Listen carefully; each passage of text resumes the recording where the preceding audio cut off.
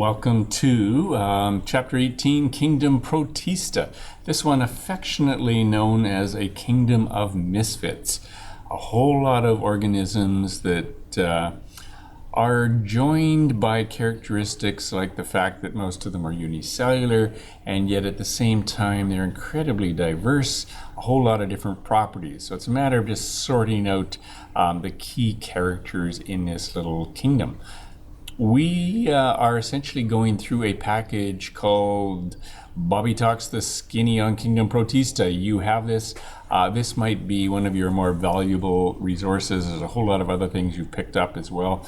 2 or 3 note packages. There's a CyberEd presentation that's really worth going through. Might put you to sleep, but again, there's far more information there than you actually need.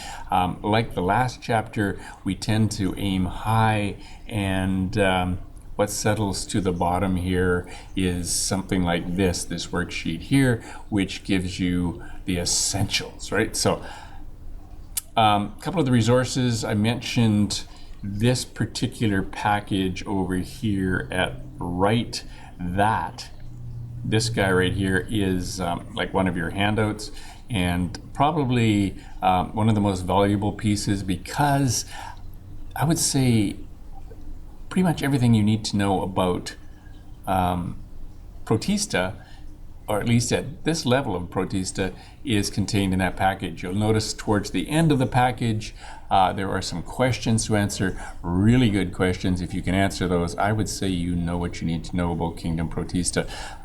Your lovely little sheet of learning activities for this chapter contains a lot of stuff. I'm going to try to sort through some of that and make some of them kind of optional, or you get to choose between 2 or 3, because a lot of this, in a sense, is redundant. The redundancy helps in terms of memory and rehearsal of learning, but you know what, at the same time, we don't want to kill you. This might be the first time you use this textbook, Animals Without Backbones. It's probably buried in your locker someplace, but you might want to haul it out, especially if you want to go into more detail.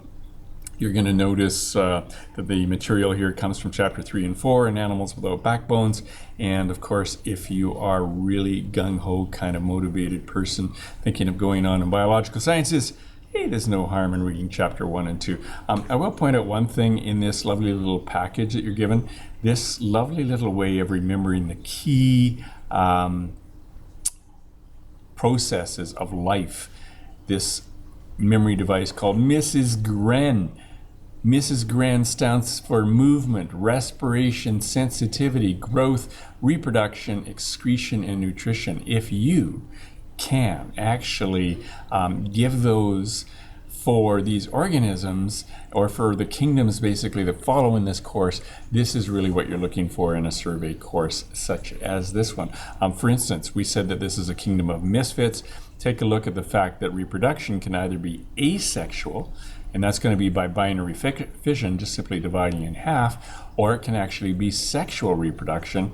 A good thing, by the way, because this is where the diversity actually comes into play. The sexual reproduction is called conjugation. Conjugation.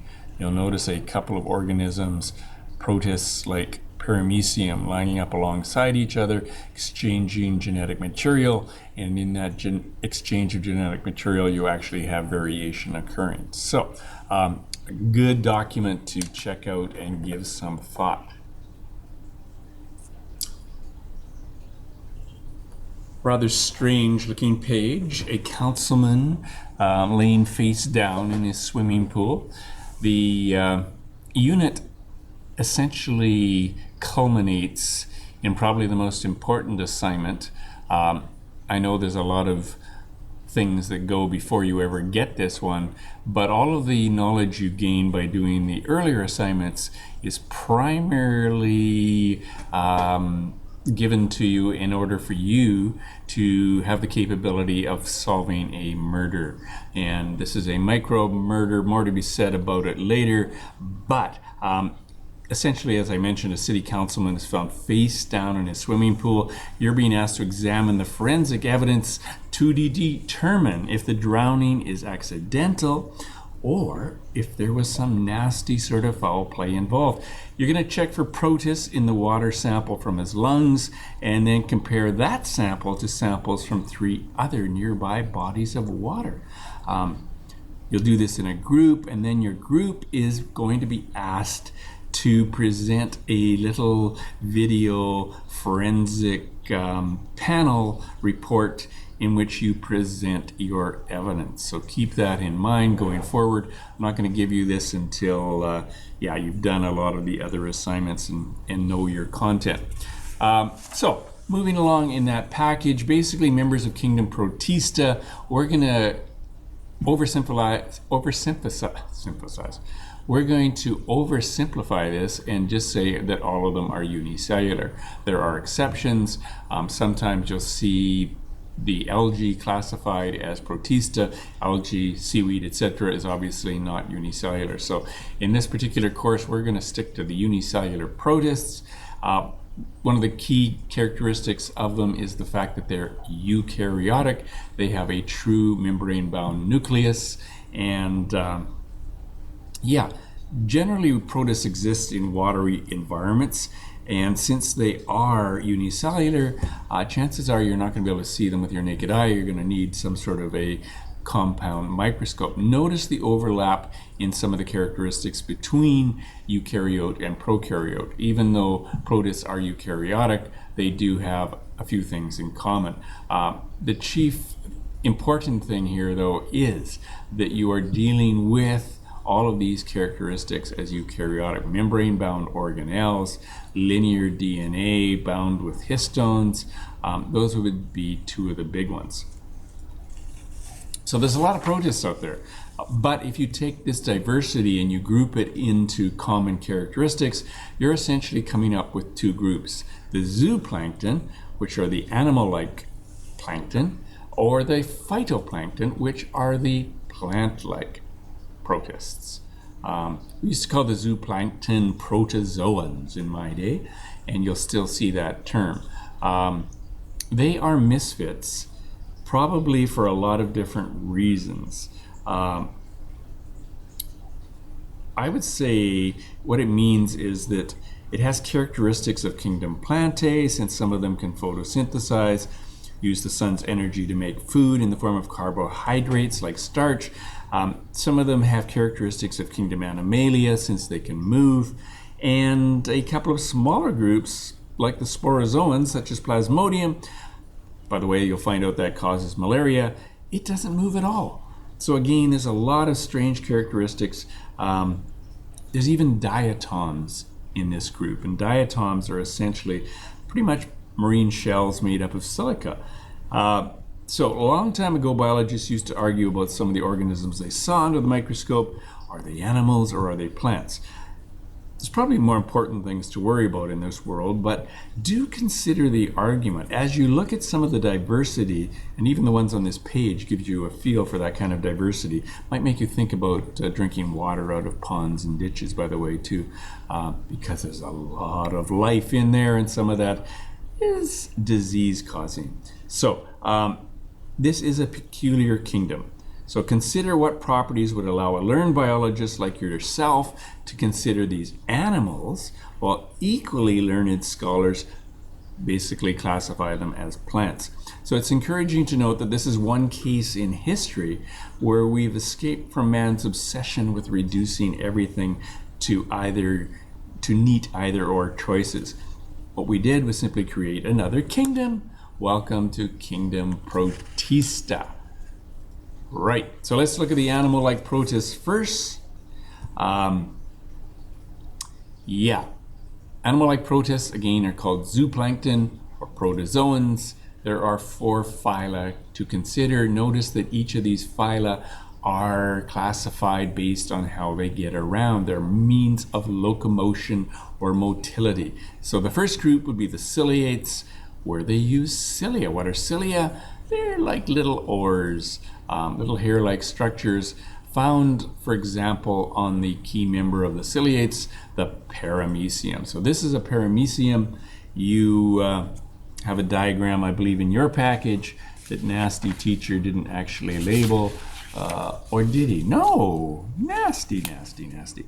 This is a giant amoeba with its graceful mode of travel. Don't be deceived. It's a predator, fierce and effective.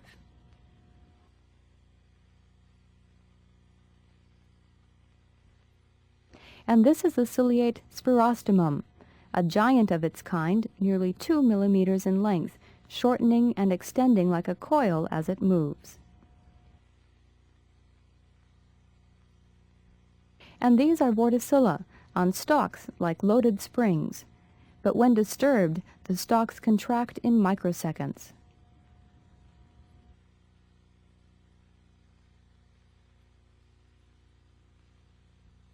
This is the amoeba actinospherium, lovely as a sunburst.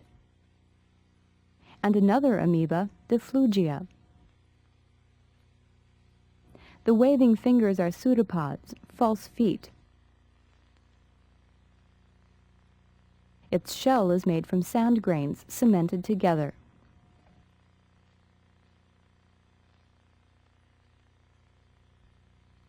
Bletharisma is the pink ciliate, majestic and in continuous movement due to the beating of thousands of cilia that adorn its body.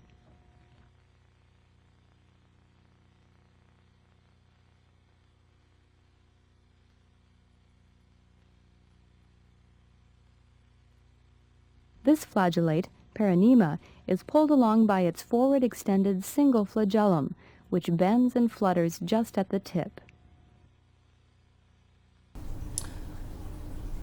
And back to the paramecium. So when you're looking at your diagram and you see all these wonderful structures, I mentioned that paramecium is a ciliate.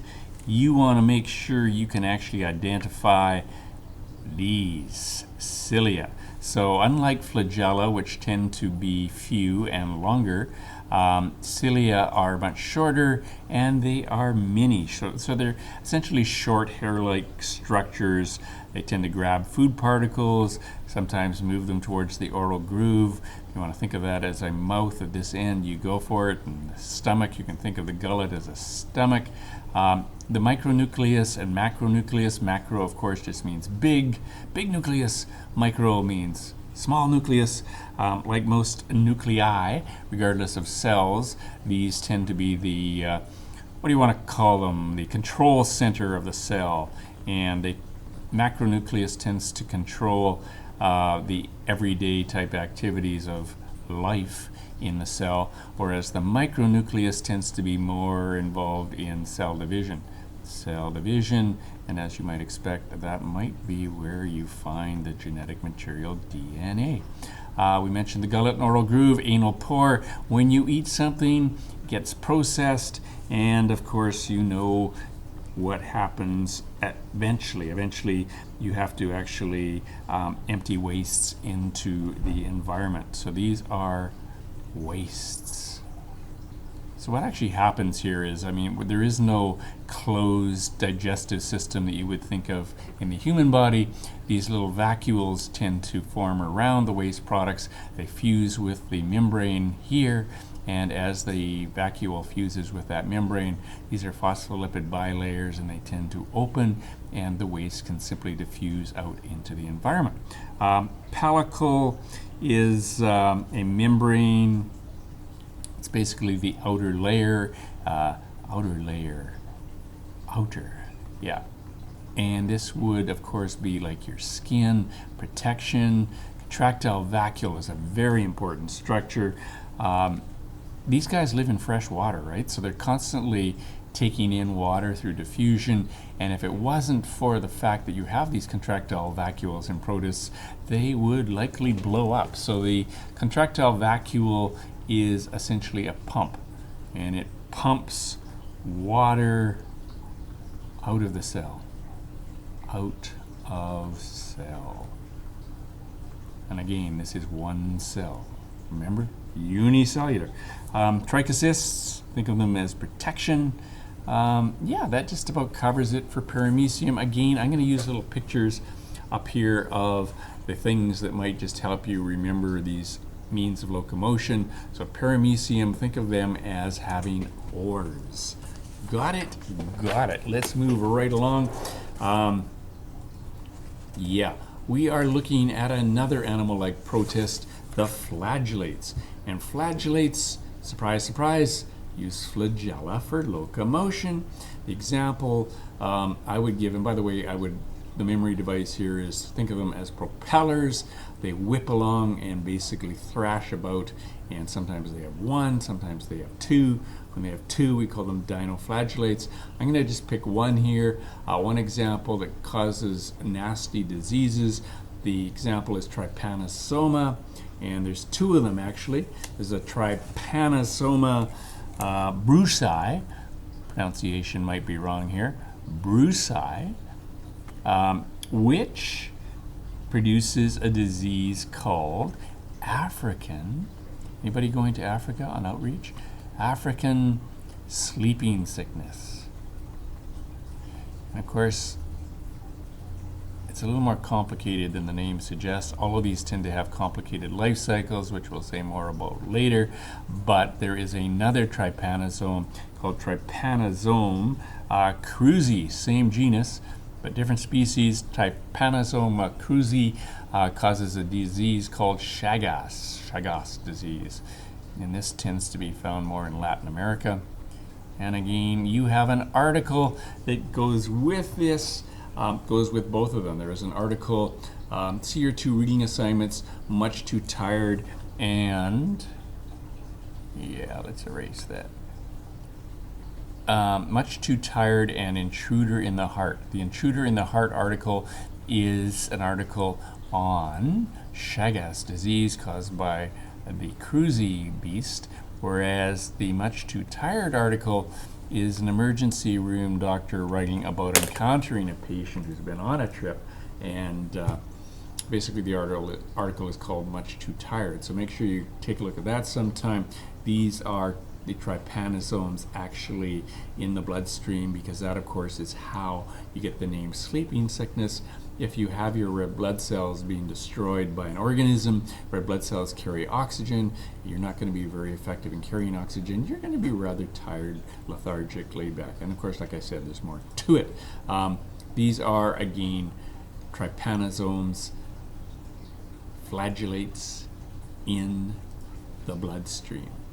Whip-like tails, thrashing about, moving about. So when we say they move, it's not moving in the traditional sense of the cilia, but it's moving through flagella, flagellar movement, if you want to call it that. Among the most deadly parasitic protists are the trypanosomes. In Africa, they cause sleeping sickness, which brings malaise and death to thousands of people. Let's move on to another animal like protist. These are the sarcodines, which use something called pseudopodia. Ever been to a podiatrist? A podiatrist messes with feet. Pod. And pseudo means sort of, so they're sort of like false feet that jut out, and the body tends to move along behind it. I like to think of them as tank treads. So your example is the amoeba, and let's give you the labeled version this time. And again, a lot of those same structures. I would draw your attention in particular to these pseudopods. These are pseudopods or false feet. Let's say there's a little particle of food right out here. Here's a little particle of food. What happens is that lovely little pseudopod basically heads out and engulfs it. Process might be called phagocytosis, and takes it into the cytoplasm of the cell where it can digest it. So it tends to get wrapped up in a food vacuole, which actually carries out the digestion. Again, it has a nucleus where, think of it as City Hall, all of those big decisions are made in terms of cell division, etc. And again, like so many of these protists, there are examples of each of these that are disease-causing in our world. And the example would be Entamoeba histolytica, which causes a disease called dysentery. I think I should write that word. Dysentery.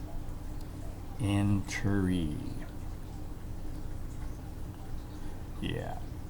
Probably we should have said amoebic dysentery.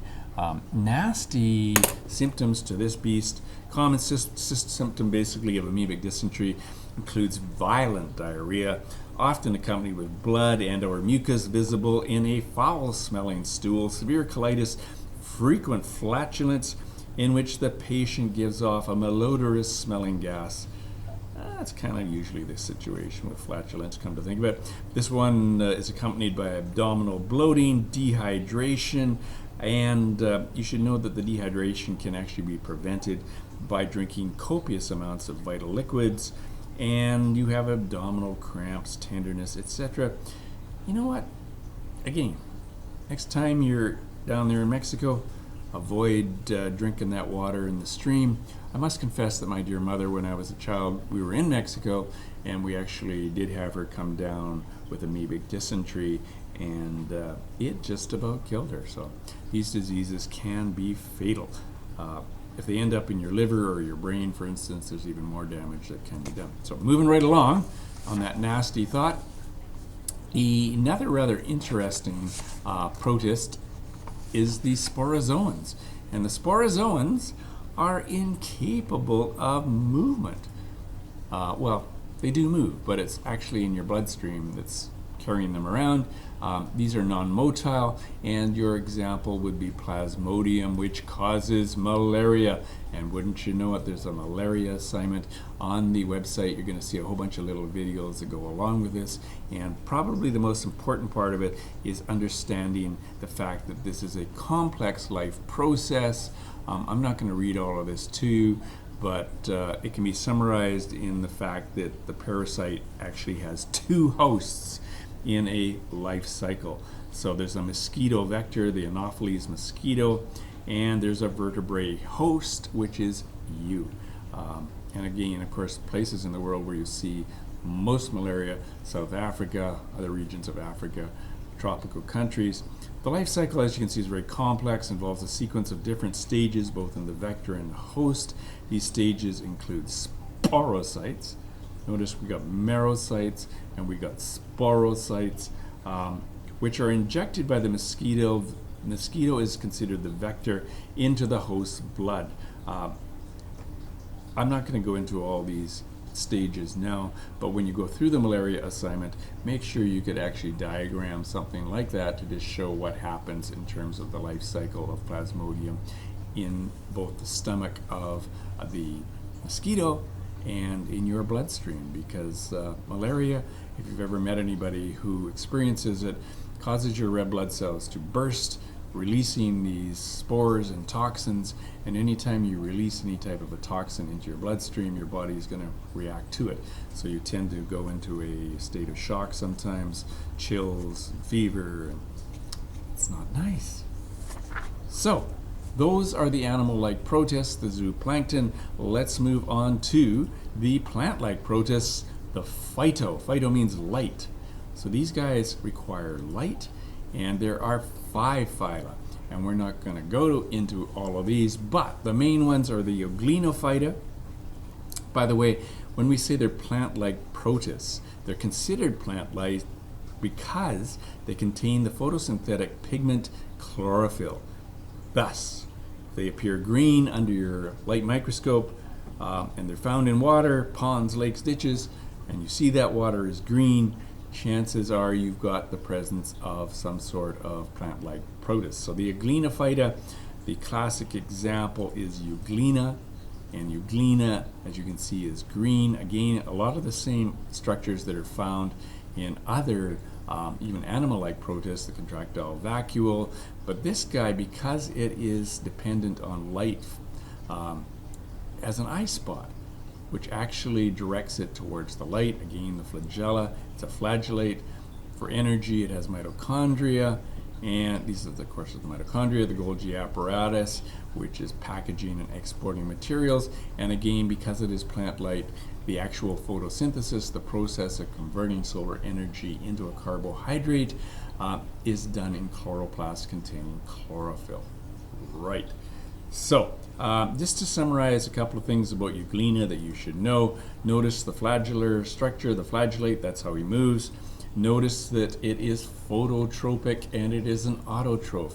It makes its own dinner. Auto, self-troph feeding, self-feeding. In the presence or lack of light, I should say, it is actually capable of heterotrophic digestion. It can actually take in nutrients just like a lot of the other animal-like protists. So make sure you can recognize the euglena. Like I said, I would look for something that is green. There is another group of plant-like protists called pyrofighters, and pyro means fire. So this is your group that is capable of bioluminescence. This is life that gives off light. Fascinating stuff. You can go on some exotic trips in the world and actually go swimming, where if you run into water that is containing a protist, dinoflagellates, which are pyrophyta, their disturbance in the water will actually generate light. And that is kind of a cool experience. So just some pictures from around the world where this is actually common. Canoeing in Mexico, where your kayak or canoe actually causes this burst of light beneath you. There's actually stories in World War II in the South China Sea, other places in the South Pacific, aircraft carriers being able to, their propellers stirring up enough of the dinoflagellates that they actually made like a pathway behind them, and airplanes could return to the carrier and basically just follow this glowing greenish blue line to the carrier. Kind of cool. Okay, there is another group of plant-like protists, the Chrysophyta golden protists, which also includes the diatoms. And the diatoms are basically just marine shells that are made of silica. And when they pile up on the bottom of the oceans, they pile up and crush, and they make something called diatomaceous earth. If you've ever been to England or seen pictures of the White Cliffs of Dover, they are made up of the crushed, decayed bodies of diatoms. Ever wonder why some of the best bone china in the world comes from southern England? It's because this soil is actually great for making pottery and china. Got it. So probably one of the last things you want to worry about in here is just making sure you can recognize some of these protists. This guy is called Volvox, and it is a colonial protist made up of a group of unicellular ones. And this guy is Stentor. I think I should show you just a little video on Volvox just to give you the feel for what, well, kind of complex creatures these little guys are. Each dainty sphere is a colony of cooperative cells, some vegetative, others reproductive. We can think of this as being a multicellular condition. The dark shapes within are newly developing colonies, soon to be liberated from the larger parent. Let's say we threw these four protists at you. Could you identify them? I wouldn't worry so much right at the moment about identifying the structures.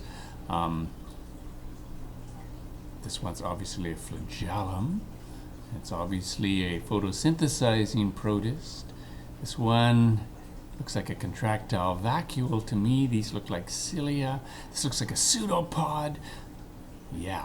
But anyhow, I would concentrate for now on just being able to make sure you can identify the actual organism. First one is an amoeba, thus the pseudopods. Second one, look at all these cilia. That's got to be a ciliate. That's got to be paramecium. This has a flagellum. It's green, euglena, and this is made up of a silicon cell wall. It's a diatom. I would take this as a launching point into some of those other learning activities you have.